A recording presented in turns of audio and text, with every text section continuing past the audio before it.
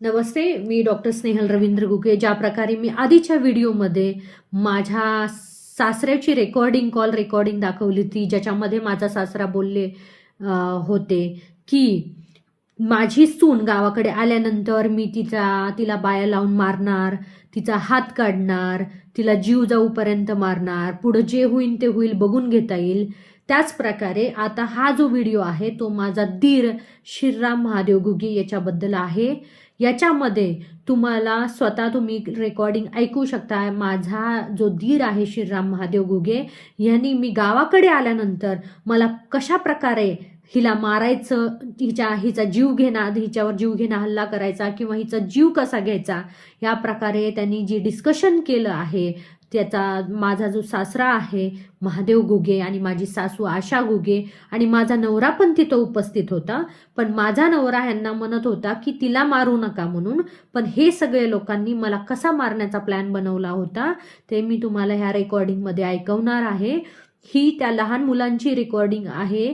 जे लहान मुलं, मी ज्या ठिकाणी राहते माझ्या सासरी, माझ्या हे भावकीमधलेच लोक आहेत. हे जे मुलं आहेत हे माझ्या भावकीमधलेच मुलं आहेत जे आजूबाजूला राहतात.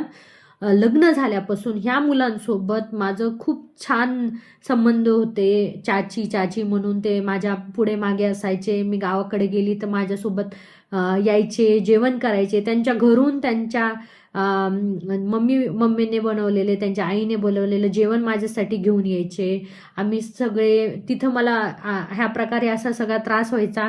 पण त्या लेकरांनी मला कधीच असं एकटेपणा जाणून दिला नाही. ते लेकरं माझ्यासोबत प्रत्येक वेळेस होते. पण ज्या वेळेस ही रेकॉर्डिंग मी सगळ्यांच्या समोर आणली, माझ्या सासरकडच्या लोकांच्या समोर आणली, तर अक्षरशः त्या लेकरांनी मला हे सांगितल्यामुळं की मला हे कशा प्रकारे मारहाण करणार होते हे सांगितल्यानंतर त्या लेकरांना माझ्याजवळ त्यांनी येऊ तर दिलंच नाही, पण त्यांच्या आईवडिलाच्या हाताने त्यांना खूप मारलं. अजून पण त्या लेकरांना माझ्याजवळ येऊन पण देत नाहीत किंवा मला बोलून पण देत नाहीत.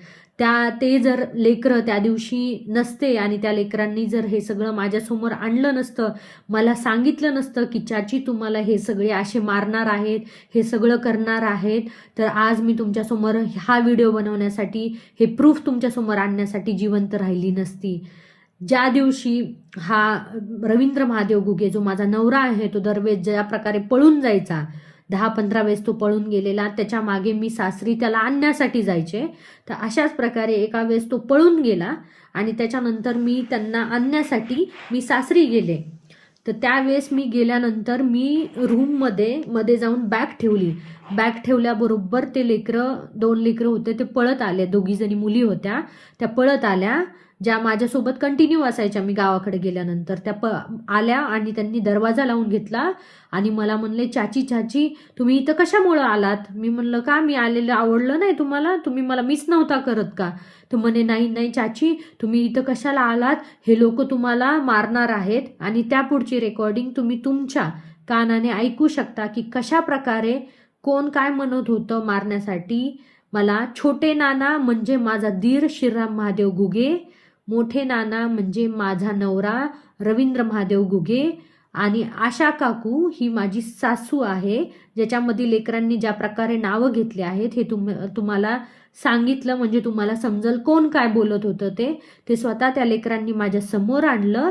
आणि त्यानंतर मी PIला तिथलच्या ही रेकॉर्डिंग सेंड केल्यानंतर PIनी लगेच ॲक्शन घेतली. ते आले माझ्या सरपंच नंदेच्या घरी, मला बोलून घेतलं, सगळ्यांना बोलून घेतलं आणि त्यांनी ही रेकॉर्डिंग ऐकवली आणि म्हणे, जर या मुलीला हात जर लावला तरी पण मी तुम्हाला सोडणार नाही. अशा प्रकारची रेकॉर्डिंग मला आलेली आहे. तुम्ही जर विचार करत असताल तिला मारायचा तर तो विचार सोडून द्या, तुम्हाला हे खूप महाग पडेल. त्याच्यामुळं त्या दिवशी माझा जीव फक्त ह्या लेकरांमुळं वाचला. आणि ज्या प्रकारे त्या लेकरांच्या आईवडिलांनी त्या लेकरांना मारहाण केली माझ्यामुळं, त्याचं मला खूप वाईट वाटलं. आणि त्या लेकरांच्या आईवडिलांना मी हेच सांगू इच्छिते, आज खरंच मी तुमचे उपकार मानते तुमच्या लेकरांचे, की आज तुमच्या लेकरांनी त्या दिवशी माझ्यासमोर हे सगळं खरं आणलं, त्याच्यामुळं आज मी जिवंत आहे. आणि खरंच माझ्या जिवंत राहण्यामागं सगळ्यात मोठा हात तुमच्या लेकरांचा आहे. तर तुमच्या लेकरांनी काही चुकीचं काम केलेलं नाही आहे, त्याच्यामुळे तुमच्या लेकरांना तुम्ही मारू नका ह्या सगळ्या गोष्टी झाल्यानंतर तुम्ही जेव्हा मारलं त्यावेळेस मला खूप वाईट वाटलं. तुम्ही जे मला घाणेरडे शब्द वापरले ते पण मला वाईट वाटलं. पण मी आज जिवंत आहे ते फक्त तुमच्या लेकरांमुळे. मारणारे असं कोण म्हणलं? हे चालू होते यांच्या गप्पा चालू होते. आमच्या घरात पण होते गप्पा. आजी होती. अजून कोण होतं गप्पामध्ये?